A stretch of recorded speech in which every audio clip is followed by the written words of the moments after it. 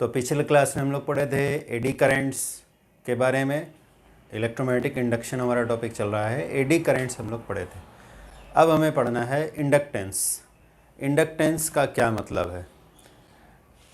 जब एक कॉइल बनाए, मतलब सोलेनॉइड भी कॉइल जैसा ही है, तो उसके अंदर से पास होने वाला फ्लक्स जब जब चेंज होता है तो ईएमएफ इंड्यूस होता है। ये हमने ऑलरेडी पढ़ा हुआ है। तो जो फ्लक्स पास हो रहा है वो किन बातों पर डिपेंड करता है?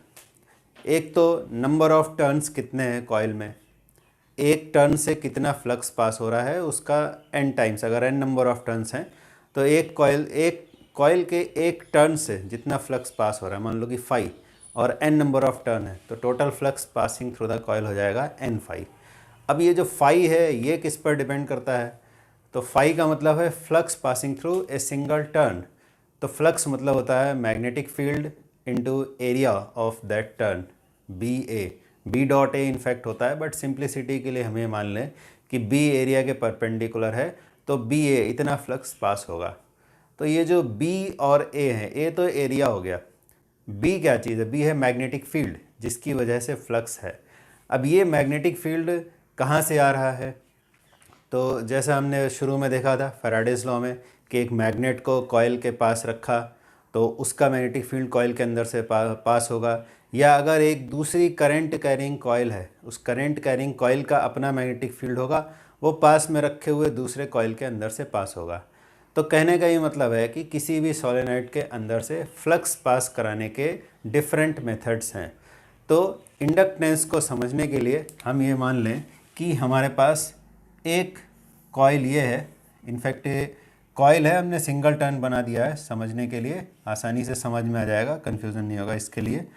ये एक कॉइल है 1 और इसके पास में एक दूसरी कॉइल रखी हुई है, ये एक कॉइल है। इस वाले कॉइल में भी ऐसे एक सर्किट बना देते हैं, इसमें एक सेल जोड़ दिया और इधर एक रियोस्टेट लगा दिया, ये रियोस्टेट और ये एक सेल, ये नंबर 2 मान लिया इसको, और ये नंबर 1, और इधर हमने सिर्फ एक गैल्वेनोमीटर लगाया है, इसमें कोई सेल नहीं लगाया। ये डायग्राम हम लोग पहले भी देख चुके हैं। तो जिसमें सेल लगा है उसमें तो करंट पास होगा, मान लो I2 करंट पास हो रहा है, और जब हम रियोस्टेट को यहाँ से एडजस्ट करेंगे तो इस I2 की वैल्यू हम इंक्रीज़ या डिक्रीज़ कर सकते हैं। तो सेकंड वाले कॉइल का, इसमें जब करंट पास होगा तो इसका अपना एक मैग्नेटिक फील्ड होगा, वो मैग्नेटिक फील्ड इस पास में रखे हुए कॉइल 1 से भी पास होगा। तो वन कॉइल से जो मैग्नेटिक फील्ड पास हो रहा है वो उसका अपना नहीं है, वो सेकंड वाले कॉइल में जो करंट है उसकी वजह से है। ठीक है, यहाँ जो करंट है इसकी वजह से। तो हम ऐसा बोल सकते हैं कि फर्स्ट वाले कॉइल का जो एक टर्न है उससे मान लो φ1 फ्लक्स पास होता है, और इसमें अगर n1 नंबर ऑफ टर्न है तो टोटल फ्लक्स कितना हो जाएगा? n1 φ1। और ये फ्लक्स आ कहाँ से रहा है? ये फ्लक्स सेकंड वाले कॉइल के मैग्नेटिक फील्ड की वजह से आ रहा है। तो सेकंड वाले कॉइल में I2 करंट है और उसकी वजह से मान लो second coil B2 magnetic field बनाता है। तो ये B2 मैग्नेटिक फील्ड किसका है? सेकंड कॉइल का है, और पास में रखे होने की वजह से सेकंड कॉइल का मैग्नेटिक फील्ड फर्स्ट के अंदर से भी पार होता है। तो फर्स्ट वाले कॉइल का जो फ्लक्स है, टोटल फ्लक्स, वो इनफैक्ट डिपेंड किस पर करता है? यहाँ जो फर्स्ट कॉइल से फ्लक्स पास हो रहा है वो कहाँ से आ रहा है? वो सेकंड कॉइल के करंट की वजह से आ रहा है। तो फर्स्ट कॉइल का जो मैग्नेटिक फ्लक्स है वो सेकंड कॉइल के करंट की वजह से आ रहा है। ठीक है, तो यहाँ पर ये जो टर्म है n1 φ1, यानी कि total flux passing through first coil, यहाँ अगर प्रोपोर्शनैलिटी कांस्टेंट हटा दें तो यहाँ एक हमने सिंबल यूज़ किया M12, इसको लिखा और ऐसे लिखा M12 I2। तो ये प्रोपोर्शनैलिटी कांस्टेंट, इस प्रोपोर्शनैलिटी को हटाकर हमने प्रोपोर्शनैलिटी कांस्टेंट लिखा है। तो ये जो प्रोपोर्शनैलिटी कांस्टेंट है that is called mutual inductance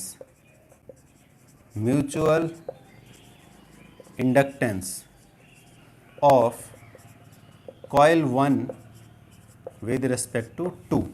ठीक है, और ये जो इतना क्वांटिटी है n फाई या फर्स्ट कॉइल के लिए तो n1 φ1, इसको कहा जाता है number of flux linkage, number of flux linkage, number of flux linkages of first coil, ठीक है।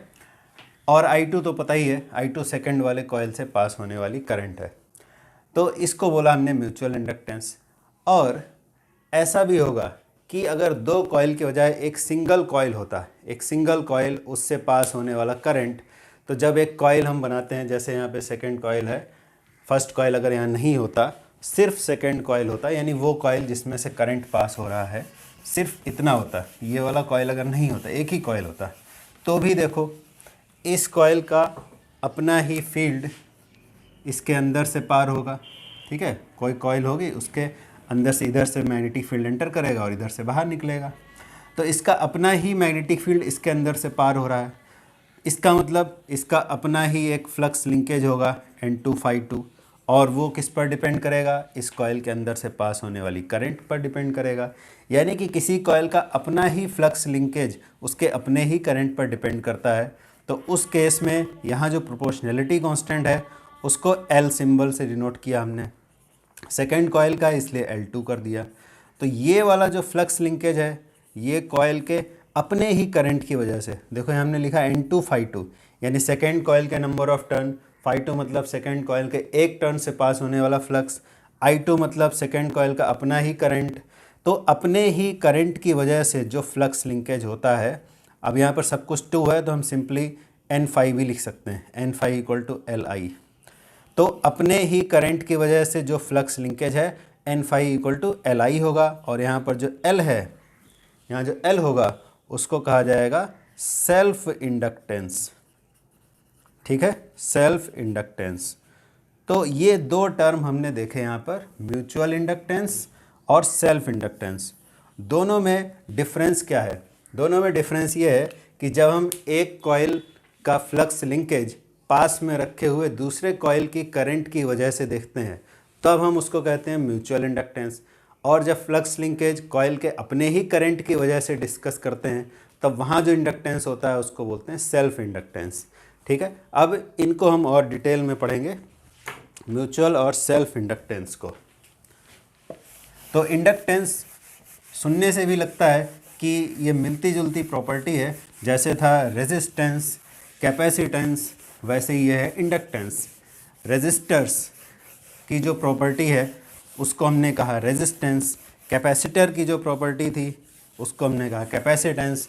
वैसे ही ये जो कॉइल है इसको इंडक्टर भी कहा जाता है, तो इंडक्टर की ये प्रॉपर्टी है इंडक्टेंस, ठीक है। तो इंडक्टेंस क्या है? किसी कॉइल का जो फ्लक्स लिंकेज है N वो करंट पर डिपेंड करता है, ठीक है। अगर ये दूसरे वाले कॉइल का करंट है, पहले कॉइल का फ्लक्स लिंकेज और दूसरे कॉइल का करंट, तो यहाँ जो इंडक्टेंस होगा वो म्यूचुअल कहलाएगा। और अगर यहाँ जो फ्लक्स लिंकेज है वो कॉइल के अपने ही करंट की वजह से, तो वो कहलाएगा सेल्फ इंडक्टेंस, ठीक। तो इन जनरल हम N = Li लिख सकते हैं, फिर वहाँ पर म्यूचुअल है या सेल्फ है उसके अकॉर्डिंग यहाँ पर चेंज हो जाएगा। तो इंडक्टेंस जो है वो मैथमेटिकली लिख सकते हैं N∅/I, यानी number of flux linkages divided by current on which this flux linkage depends, ठीक है। या ऐसे ही बोल सकते हैं number of flux linkages per unit current due to which the flux linkage arises. जिस भी करंट से, अगर अपने ही करंट से है तो सेल्फ हो जाएगा, दूसरे वाले कॉइल की वजह से तो म्यूचुअल हो जाएगा। यूनिट क्या होगा? ये इंपॉर्टेंट क्वेश्चन है, एग्जाम में इसका यूनिट भी आता है।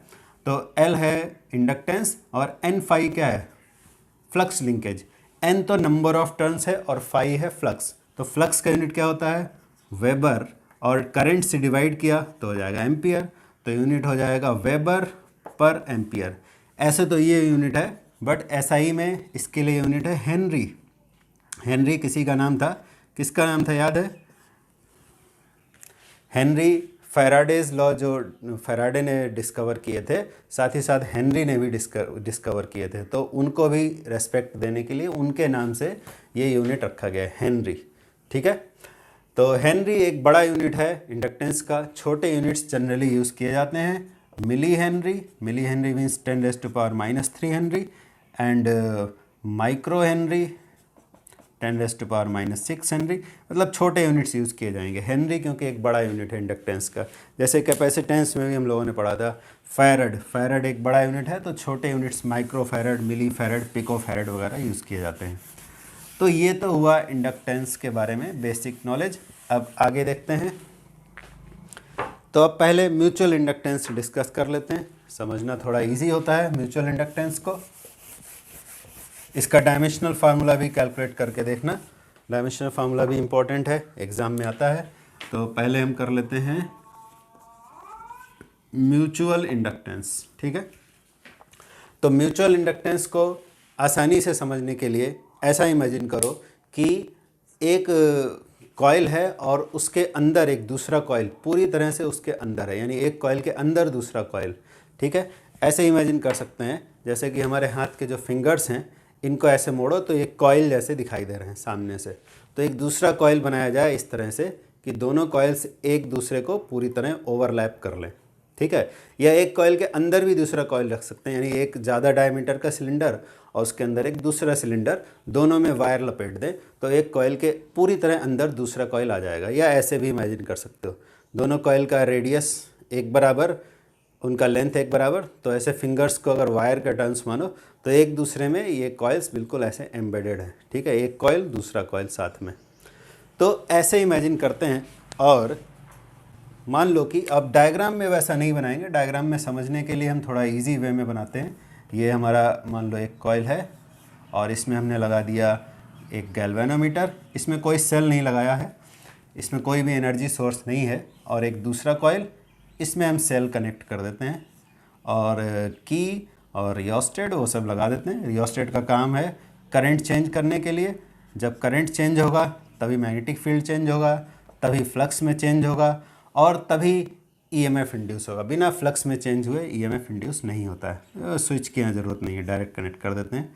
तो जिस कॉइल में हमने सेल लगाया है, रियोस्टेट लगाया है, यानी इसमें हम करंट दे रहे हैं, तो इस कॉइल को बोला जाता है प्राइमरी, और जिस कॉइल में इंडक्शन से करंट आएगा उसको बोलते हैं सेकेंडरी, ठीक है। सिंप्लिसिटी के लिए हम अभी इसको 1 बोल देते हैं और इसको 2 बोल देते हैं, ठीक है। प्राइमरी का मतलब जिसमें हमने करंट दिया है, जिसमें हमने करंट के लिए एक एनर्जी सोर्स लगाया हुआ है, सेल लगाया हुआ है, और जो दूसरा वाला कॉइल है जिसमें इंडक्शन से करंट आएगा उसको कहा जाता है सेकेंडरी।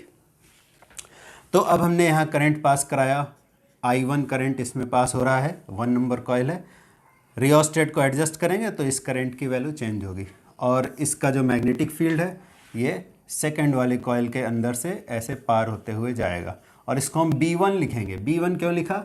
क्योंकि ये I1 से आया है ये मैग्नेटिक फील्ड, और ये मैग्नेटिक फील्ड ऐसे सेकंड कॉइल का क्योंकि बहुत पास में रखा हुआ है इसलिए सेकंड कॉइल के अंदर से भी पार होके ऐसे जाएगा, ठीक है। तो अब देखो मैग्नेटिक फील्ड तो फर्स्ट कॉइल का था क्योंकि उसी में करंट दिया था, सेकंड वाले में तो करंट था ही नहीं, तो सेकेंडरी में जो मैग्नेटिक फील्ड है वो किसका है? वो फर्स्ट वाले का सेकंड के अंदर से पार हो रहा है। तो भले ही हम number of flux linkage of secondary coil लिख रहे हों, ऑफ सेकेंडरी कॉइल, बट वो फ्लक्स लिंकेज N2∅2 किस पर डिपेंड करता है? इसके अंदर से फ्लक्स तो पास हो रहा है लेकिन इसका अपना फील्ड नहीं है, फील्ड किसका है?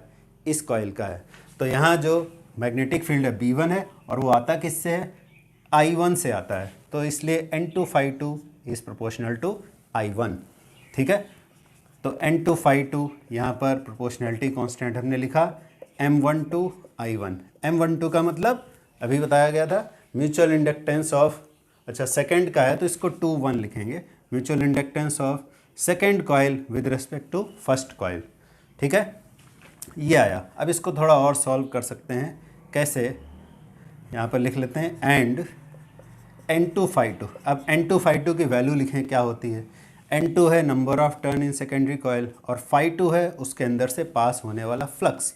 अब ज़रा ध्यान देना, फ्लक्स का मतलब क्या होता है? फ्लक्स का मतलब होता है मैग्नेटिक फील्ड इनटू एरिया, ठीक है। ये स्पेसिफिक केस है बट सिंप्लिसिटी के लिए हमने ये लिखा है, otherwise B A cos theta होता है, that has been already discussed. तो बी और ए जब एक दूसरे के, ए मतलब एरिया वेक्टर, बी और एरिया वेक्टर जब एक दूसरे के पैरेलल होंगे, या कहो कि मैग्नेटिक फील्ड जब इसके एरिया के परपेंडिकुलर होगा तो इतना फ्लक्स होगा बी ए। ये होता है flux, magnetic field passing through the coil into area. अब जरा देखो इस वाले कॉइल का एरिया कितना होगा। अगर इस कॉइल का रेडियस है, यहाँ पर लिख लेते हैं इसका एरिया इनटू मैग्नेटिक फील्ड, तो इसके अंदर से जो मैग्नेटिक फील्ड पास हो रहा है वो कौन सा है, B1 है। बस यहाँ पर ध्यान देना, यहीं पे गलती होती है। क्या गलती होती है, फ्लक्स तो भले ही सेकेंड कॉइल का है बट वो क्यों है, वो फर्स्ट कॉइल के मैग्नेटिक फील्ड की वजह से है। इसलिए BA में जो B होगा वो B1 होगा और एरिया उसका अपना होगा। ठीक है, यहाँ जो मैग्नेटिक फील्ड है वो सेकेंड कॉइल का मैग्नेटिक फील्ड नहीं है, वो फर्स्ट का ही यहाँ से पार हो रहा था, इसलिए यहाँ पे B1 लिखा जाएगा। बस ये बात को ध्यान रखना। तो N2 area of this coil, अगर उसकी रेडियस R2 है तो एरिया हो जाएगा पाई R2 स्क्वायर। और B1 क्या था, magnetic field due to current passing in the first coil. तो कॉइल का मैग्नेटिक फील्ड कितना होता है, कॉइल मतलब सोलेनॉइड, म्यू नॉट N1, यहाँ पर देखना N1 और I1। यहाँ देखो इंपॉर्टेंट बात, फिर से हमने स्मॉल n1 लिखा है, कैपिटल N यहाँ लिखा है, यहाँ स्मॉल n लिखा है, तो दोनों बातों में क्या डिफरेंस है ये ऑलरेडी एक लेक्चर में डिस्कस हम कर चुके हैं। जब हम कैपिटल N लिखते हैं तो उसका मतलब होता है टोटल नंबर ऑफ टर्न्स। ठीक है, सोलेनॉइड वाले लेक्चर में डिस्कस हुआ था। और जब स्मॉल n लिखते हैं तो उसका मतलब होता है number of turns per unit length of the solenoid. तो हमारा सोलेनॉइड से अगर I करंट पास हो रहा है और उसमें small n number of turns unit length में है तो मैग्नेटिक फील्ड कितना आता है, म्यू नॉट NI।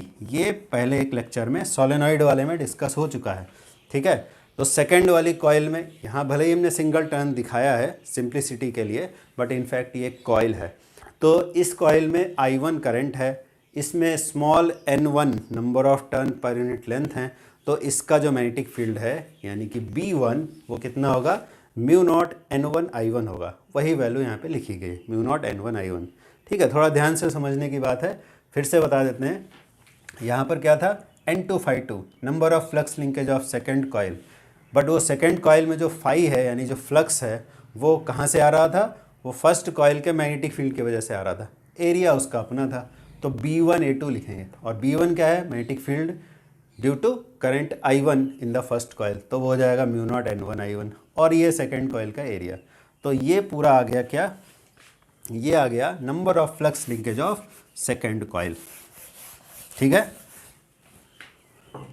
तो ये आ गया हमारा N2 Φ2 equal to N2 mu naught N1 I1 into pi R2 square. ठीक, यहाँ तक आ गया। इस वैल्यू को अगर हम यहाँ सब्स्टिट्यूट करें इसमें, तो हम इससे M21 की वैल्यू निकाल सकते हैं। देखो, फ्रॉम 1 and 2, अगर इसको यहाँ सब्स्टिट्यूट किया तो क्या आएगा, N2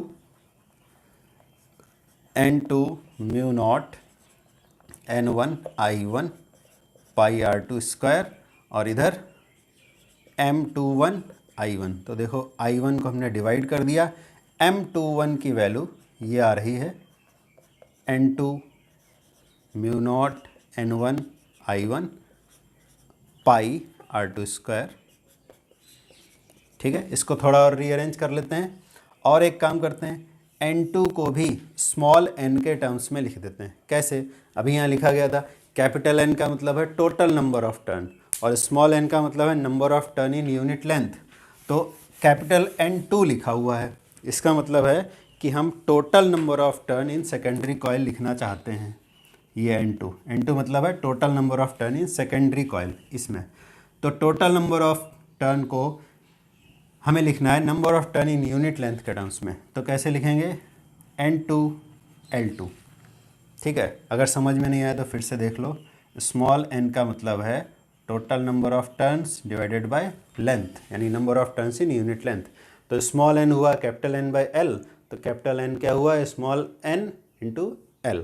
ठीक है, तो इस वैल्यू को यहाँ पर यूज़ कर लेंगे, N2 की जगह N2L2 लिखेंगे, और फिर जो न्यूमेरिकल कॉन्स्टेंट्स हैं उनको सामने लिख लेंगे। तो आ जाएगा म्यू नॉट पाई N1 N2 I1 R2 square L2। ये हमारा आ गया M21 यानी mutual inductance of secondary coil with respect to primary coil. ठीक है, ये आ गया। अब और एक काम कर सकते हैं क्या कि इस वाले कॉइल से सेल निकाल कर इधर लगा दें और इस वाले कॉइल से गैल्वेनोमीटर निकाल कर इधर लगा दें, यानी कि इंटरचेंज कर दें। अब हम इस कॉइल में यानी इस कॉइल में करंट पास कराएं और इस वाले कॉइल में फ्लक्स लिंकेज को देखें। मतलब अब ये जो नंबर 2 है ये हमारा प्राइमरी हो जाएगा और नंबर 1 जो है वो सेकेंडरी हो जाएगा। तो फिर क्या लिखेंगे, number of flux linkage of first coil. अब पलट जाएगा N1 ∅1 लिखेंगे और वो किस पर डिपेंड करेगा, क्योंकि आसपास रखे हुए हैं। अब N1 ∅1 डिपेंड करेगा दूसरे वाले कॉइल में जो करंट है यानी कि I2 पर। तो ये वाला काम तुम्हें खुद से करके देखना है क्या। अब नंबर ऑफ फ्लक्स लिंकेज इस कॉइल का लिखना है with respect to this coil. ठीक है, तो यहाँ पर हो जाएगा N1 ∅1, यहाँ I2। अकॉर्डिंगली सारा चीज़ लिखना और करके देखना लास्ट में, तो तुम्हें क्या मिलेगा, M12 मिलेगा। यहाँ पर जैसे M21 था, N2 ∅2 प्रोपोर्शनल टू I1। फिर क्या लिखोगे, जब पलट दिया जाएगा तो N1 ∅1 प्रोपोर्शनल टू I2। फिर यहाँ जो सिंबल यूज़ करोगे वो M21 नहीं M12 लिखा जाएगा, यानी mutual inductance of first coil with respect to second coil. चलो लिख कर बता देते हैं यहाँ पर 2 स्टेप, फिर आगे खुद से करना।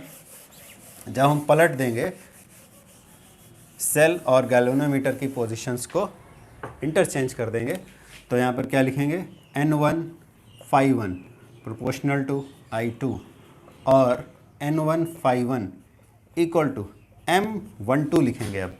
ठीक है, mutual inductance of first coil with respect to second coil, इस तरह से लिखेंगे।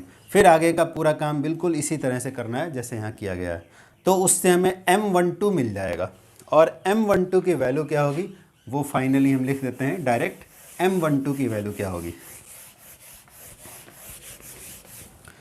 तो M12 की वैल्यू जब निकालेंगे तो वो आ जाएगी μ0 पाई N1 N2 I2 R1 square L1, ये वैल्यू आ जाएगी M12 की। ठीक है, अगर दोनों कॉइल्स बिल्कुल एक जैसे हों, बिल्कुल एक जैसे हों यानी कि उनके लेंथ भी बराबर हों और number of turn per unit length भी बराबर हों और रेडियस ऑफ क्रॉस सेक्शन भी बराबर हो, यानी कि if the coils are identical, दोनों बिल्कुल एक जैसे कॉइल्स हों, यानी कि R1 equal to R2 equal to R हो, N1 equal to N2 equal to N हो, L1 equal to L2 equal to L हो, तो M12 और M21 दोनों बराबर हो जाएंगे और मान लो कि वो M हो जाएगा, तो फिर M की वैल्यू क्या हो जाएगी, N1 N2 R1 R2 सब बराबर होगा, तो क्या आ जाएगा, आइडेंटिकल कॉइल्स हैं इसलिए μ0 पाई N square I R square L, ये वैल्यू आ जाएगी अगर आइडेंटिकल कॉइल्स हैं तो।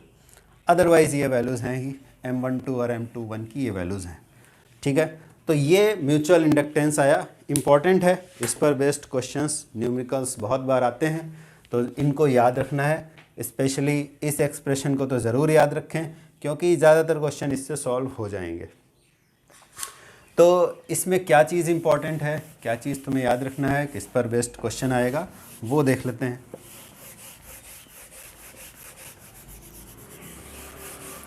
तो इस एक्सप्रेशन में ध्यान दें कि म्यूचुअल इंडक्टेंस किन बातों पर डिपेंड कर रहा है, लेंथ पर डिपेंड कर रहा है, कॉइल की लेंथ कितनी है, रेडियस ऑफ क्रॉस सेक्शन कितना है, करंट कितना पास हो रहा है। अगर मान लो कि करंट की वैल्यू अगर हम छोड़ भी देते हैं, मान लो एक ही कॉइल है उसमें हम अलग अलग करंट्स पास करा सकते हैं, तो करंट की वैल्यू छोड़ दो अगर, तो बाकी जो चीज़ें हैं वो कॉइल की अपनी इंट्रिंसिक प्रॉपर्टीज़ हैं, कैरेक्टरिस्टिक प्रॉपर्टीज़ हैं। क्या क्या हैं, μ0 पाई N square R square L, I को हम अलग लिख देते हैं क्योंकि एक ही कॉइल में अलग अलग वैल्यू की करंट पास कराई जा सकती है। और एक चीज़ भी है, जो न्यूमेरिकल कांस्टेंट है उनको भी अलग कर सकते हैं, जैसे कि ये पाई है, ये μ0 है, तो μ0 क्या है, μ0 है परमिएबिलिटी ऑफ फ्री स्पेस और पाई है पता ही है 3.14 22/7। तो अगर हम इनको भी अलग कर दें μ0 पाई, इसको, ये न्यूमेरिकल वैल्यूज़ हैं और ये कॉइल के अपने पैरामीटर्स हैं और ये करंट है जो कॉइल के अंदर से हम पास कराएंगे। तो ऐसा हम बोल सकते हैं कि mutual inductance of coil coil के इन पैरामीटर्स पर डिपेंड करता है। किन पर? एन पर, आर पर और एल पर। एन क्या चीज़ है? Number of turns per unit length है। आर क्या चीज़ है? रेडियस ऑफ क्रॉस सेक्शन है। और एल क्या चीज़ है? लेंथ है। ठीक है, तो ये कॉइल पैरामीटर्स हैं, इन पर म्यूचुअल इंडक्टेंस डिपेंड करता है। इनमें से कोई भी चेंज करो तो म्यूचुअल इंडक्टेंस चेंज हो जाएगा। और एक बहुत ही इम्पॉर्टेंट बात यह है कि जो कॉइल है, कॉइल के अंदर अगर कुछ भी नहीं है, खाली जगह है, एक वैसे हमने एक जैसे एक नॉन कंडक्टिंग मटेरियल का सिलेंडर लिया, प्लास्टिक का या कार्डबोर्ड का एक सिलेंडर लिया, उसके ऊपर ऐसे वायर लपेट के कॉइल बना लिया और अंदर की जगह खाली है, सिलेंडर के अंदर खाली जगह है, एम्प्टी स्पेस है, तो उस केस में यहाँ पर म्यू नॉट आएगा। लेकिन अगर हमने उस खाली स्पेस के अंदर एक मटेरियल रख दिया, एक कोई मैग्नेटिक मटेरियल रख दिया, जैसे कि सॉफ्ट आयरन रख दिया, निकल रख सकते, ये सब मैग्नेटिक मटेरियल हैं। तो ये मैग्नेटिज्म वाला जो चैप्टर था, मैग्नेटिक प्रॉपर्टीज़ एंड मैटर, उसमें था और अभी फिर से डिस्कशन होगा मैग्नेटिक मटेरियल्स, उसमें डिस्कस करेंगे। तो अगर हम अंदर रख देते हैं कोई मैग्नेटिक मटेरियल, तब यहाँ पर म्यू नॉट की जगह यानी परमिएबिलिटी ऑफ फ्री स्पेस की जगह पर उस मटेरियल की परमिटिविटी आ जाती है। क्यों आ जाती है? इसका ओरिजिन और पीछे जाने से मिलता है, क्योंकि म्यू नॉट आया था कहाँ से? म्यू नॉट आया था मैग्नेटिक फील्ड की वैल्यू से। मैग्नेटिक फील्ड की वैल्यू क्या थी? Mu naught N I. तो ये उस सोलेनॉइड के लिए मैग्नेटिक फील्ड है जब सोलेनॉइड के अंदर एम्प्टी स्पेस है। अगर सोलेनॉइड के अंदर एम्प्टी स्पेस नहीं है, वहाँ हमने कोई मैग्नेटिक मटेरियल रख दिया है, तो म्यू नॉट की बजाय म्यू हो जाता है, यानी परमिएबिलिटी ऑफ दैट मीडियम। तो फिर उसको भी म्यू नॉट के टर्म्स में लिख सकते हैं। कैसे? Mu naught into mu R N I. तो ये सारा रिलेशन ऑलरेडी डिस्कस हो चुका है, इसको देख लेना पिछले लेक्चर्स में।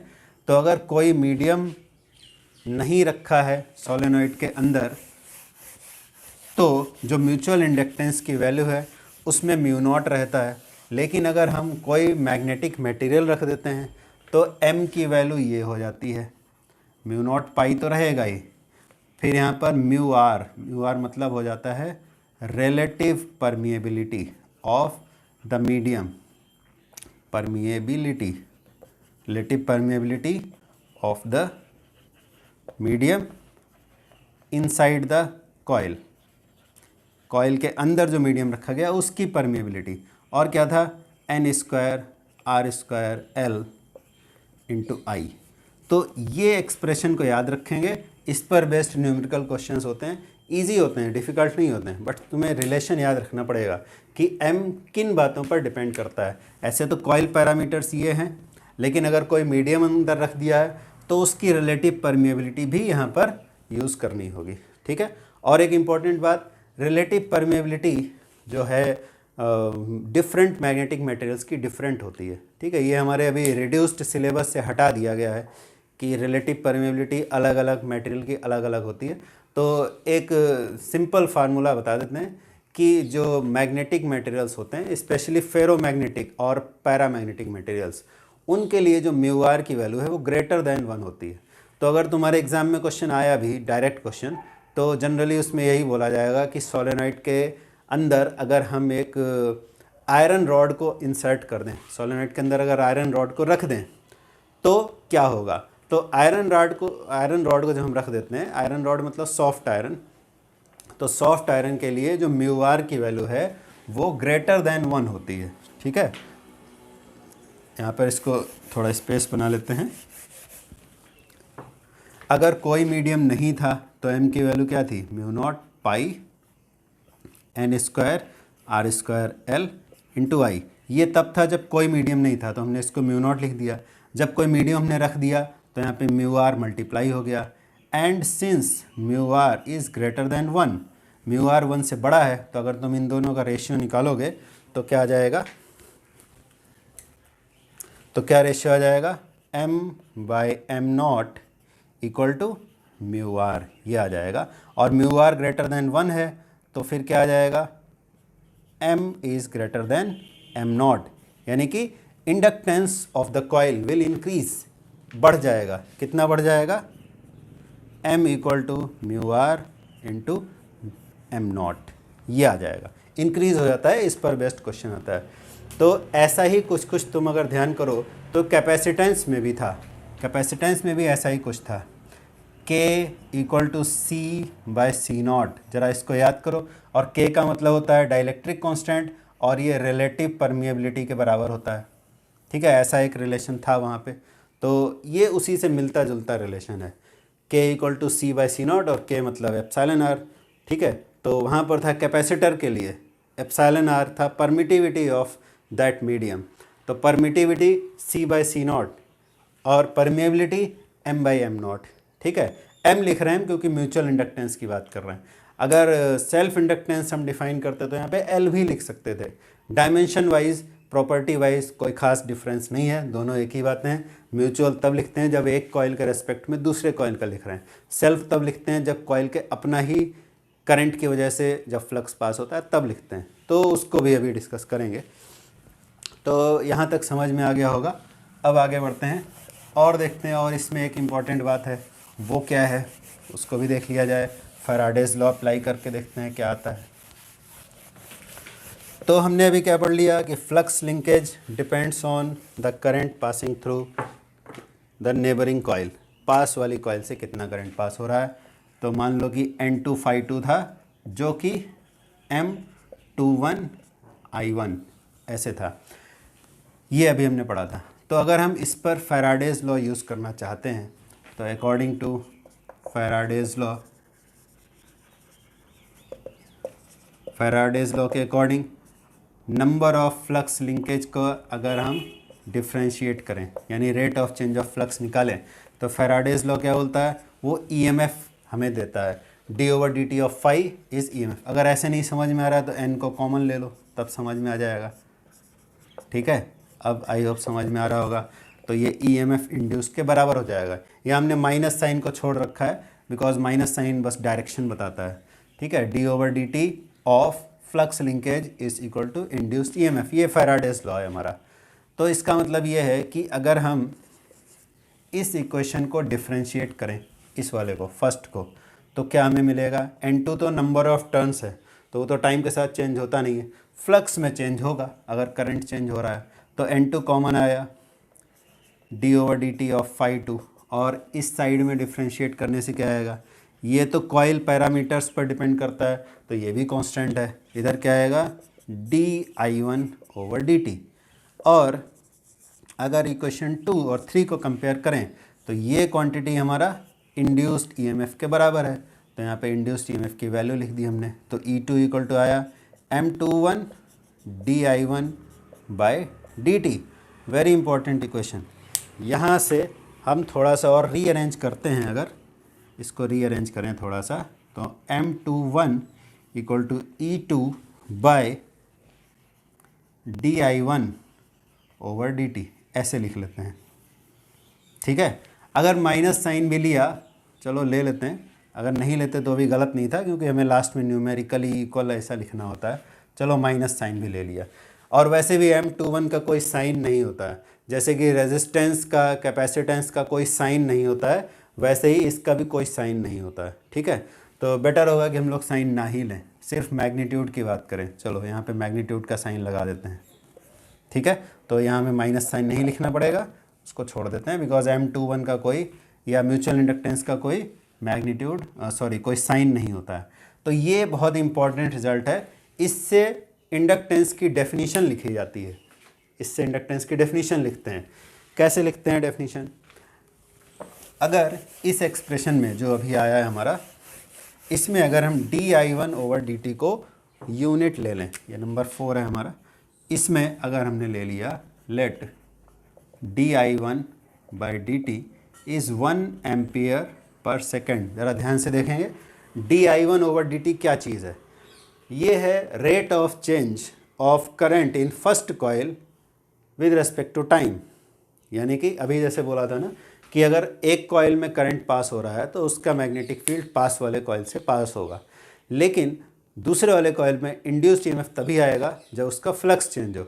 और वो फ्लक्स कब चेंज होगा, जब उस वाले कॉइल से जहाँ से मैग्नेटिक फील्ड आ रहा है उस करंट को चेंज करो, तो मैग्नेटिक फील्ड चेंज होगा, मैग्नेटिक फील्ड चेंज होगा तो फ्लक्स में चेंज हो जाएगा।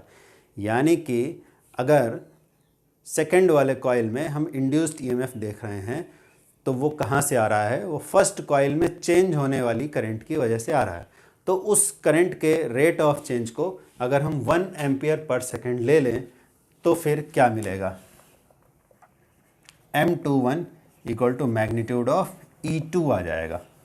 अब इसी बात को, इस पूरे को अगर हम सेंटेंस फॉर्म में लिख दें तो वो म्यूचुअल इंडक्टेंस की डेफिनेशन बन जाएगी। कैसे, इसको सेंटेंस फॉर्म में लिखना है, क्या लिखेंगे, mutual inductance of a coil with respect to the other coil is numerically equal to induced EMF in the coil when rate of change of current in the other coil is 1 ampere per second और unity, ऐसा बोल सकते हैं। ठीक है, इसको अगर statement को याद करना है तो बुक में देख कर भी कर सकते हैं, अदरवाइज ये सिंपल है, खुद से भी लिख सकते हैं। Mutual inductance of a coil is numerically equal to the induced EMF in the coil when rate of change of current in the other coil is 1 ampere per second। इस तरह से याद कर सकते हैं। तो ये म्यूचुअल इंडक्टेंस हुआ। सेल्फ इंडक्टेंस भी बिल्कुल इसी तरह से होगा, बट उसमें क्या होगा कि एक कॉइल के पास में दूसरी कॉइल है, ऐसा नहीं बोलेंगे। एक कॉइल का अपना ही करंट है, उसका अपना ही मैग्नेटिक फील्ड उसके अंदर से पास हो रहा है, तो उसका जो फ्लक्स लिंकेज है वो उसके अपने ही करंट पर डिपेंड करता है। तो फिर सारी चीज़ें सेल्फ हो जाएंगी, तो ये हो जाएगा सेल्फ इंडक्टेंस। सेल्फ इंडक्टेंस तो उसका कॉइल का अपना ही फ्लक्स लिंकेज है, तो यहाँ पे 1 2 लिखने की ज़रूरत नहीं है।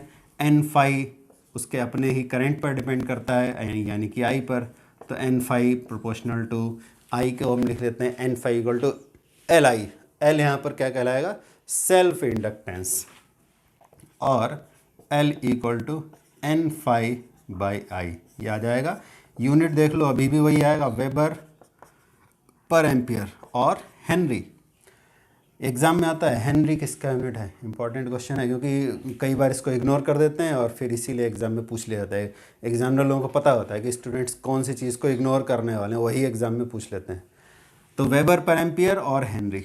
अगर L की वैल्यू कॉइल पैरामीटर्स के टर्म्स में लिखना है तो एन फाई को थोड़ा एक्सपेंड कर दो, नंबर ऑफ टर्न, और फ्लक्स था B इंटू ए। अब B और A की वैल्यू लिख देंगे। B क्या चीज़ होगा, B होगा mu naught small n into I into area. Area को भी लिख दो रेडियस के टर्म्स में, तो पाई आर स्क्वायर, और इधर I। अब स्मॉल n और कैपिटल N दोनों को स्मॉल n बनाना है, तो कैपिटल N को लिख देंगे n इंटू एल, तो हो जाएगा N L mu naught N I pi R square by I. तो आई तो हमारा डिवाइड हो गया, तो एल आ गया क्या, mu naught pi N square R square L. देखो ये कॉइल पैरामीटर्स के टर्म्स में हमारा इंडक्टेंस आ गया। ठीक है, इसमें आई कहीं नहीं है, क्योंकि आई तो करंट है, वो हम कॉइल में कितनी भी करंट पास करा सकते हैं बाद में, लेकिन जब कॉइल बनाई जाएगी तभी उसका इंडक्टेंस डिसाइड हो जाएगा, क्योंकि वो कॉइल के पैरामीटर्स पर डिपेंड करता है कि number of turn per unit length कितने हैं, रेडियस कितनी है, लेंथ कितनी है। अगर यहाँ पर कॉइल के अंदर खाली जगह है, एम्प्टी स्पेस, तो म्यू नॉट होगा, और अगर इसको हम एल नॉट लिख लेते हैं, और अगर अंदर कोई मीडियम रख दिया, for a medium inside the coil, तो यहाँ पे म्यू नॉट की जगह म्यू हो जाएगा, तो mu pi N square R square L हो जाएगा। और अगर म्यू को लिखा हमने रिलेटिव परमिएबिलिटी के टर्म्स में, तो हो जाएगा mu naught mu R pi N square R square L, ये आ जाएगा self inductance of a coil. तो बिल्कुल वैसा ही दिख रहा है, सिमिलर म्यूचुअल इंडक्टेंस के जैसा ही, बस उसमें क्या होता है कि कॉइल में, जिस कॉइल में इंड्यूस्ड ईएमएफ देख रहे हैं और जो मैग्नेटिक फील्ड में चेंज की वजह से आ रहा है, वो चेंज आ रहा है दूसरे वाले कॉइल में चेंज होने वाली करंट की वजह से, इसलिए उसको म्यूचुअल कहा जाता है। ठीक है, बाकी यहाँ भी हम फैराडेज लॉ यूज़ कर सकते हैं। इसका रेट ऑफ चेंज निकालोगे तो वो तुम्हें काम खुद से करना है, थोड़ी सी प्रैक्टिस भी हो जाएगी उससे। अगर हम यहाँ पर भी बिल्कुल सिमिलर वे में फैराडेज लॉ यूज़ करें, उसको यहाँ अप्लाई कर दें, तो यहाँ पर हमारे पास आ जाएगा। ये कैसे आएगा अभी बता दिया है, तुम्हें खुद से करना है। L equal to E by di/dt, ये आ जाएगा। डेफिनेशन लिखनी है तो कॉइल में जो करंट है उसका रेट ऑफ चेंज मान लो 1 एम्पियर पर सेकेंड, ठीक है। यानी कि कॉइल के अपने ही करंट में अगर चेंज हो रहा है 1 एम्पियर पर सेकेंड, तो rate of change of current 1 ampere per second लिया तो L इक्वल टू आ जाएगा मैग्नीट्यूड ऑफ इंड्यूस्ड ईएमएफ। और ये जो इंड्यूस्ड ईएमएफ है इसको बोला जाएगा सेल्फ इंड्यूस्ड ईएमएफ, और जो म्यूचुअल वाले में आता है उसको बोलते हैं म्यूचुअली इंड्यूस्ड ईएमएफ। तो खाली नाम का डिफरेंस है, बाकी मैथमेटिक्स दोनों का लगभग सेम है। तो ये डेफिनेशन भी लिख सकते हैं, एल की डेफिनेशन कैसे लिखेंगे, ऐसे ही कि अगर किसी कॉइल से पास होने वाली करंट में चेंज 1 एम्पियर पर सेकेंड है तो तो सेल्फ इंडक्टेंस इंड्यूस्ड ईएमएफ के मैग्नीट्यूड के बराबर होगा, ठीक है। ऐसे लिखना है, फिर से बोल देते हैं कि self inductance of a coil is equal to the magnitude of self induced EMF when the rate of change of current in the coil is 1 ampere per second. तो ये डेफिनेशन हो जाएगा सेल्फ इंडक्टेंस का। तो ये coil के बारे में हमने पढ़ लिया, कॉइल का इंडक्टेंस वगैरह पढ़ लिया है। अब नेक्स्ट क्लास में पढ़ेंगे कि कॉइल में स्टोर्ड एनर्जी कैसे आती है, कॉइल में एनर्जी स्टोर क्यों होती है। और कभी कभी क्वेश्चन ऐसे भी आता है जैसे कि सीरीज़ और पैरेलल कॉम्बिनेशन ऑफ रेजिस्टेंस होता है, कैपेसिटेंस होता है, वैसे ही सीरीज़ और पैरेलल कॉम्बिनेशन ऑफ इंडक्टेंस भी किया जा सकता है। तो ये सब हम नेक्स्ट क्लास में करेंगे, फिर ये चैप्टर फिनिश हो जाएगा, उसके बाद में अल्टरनेटिंग करंट, ठीक है।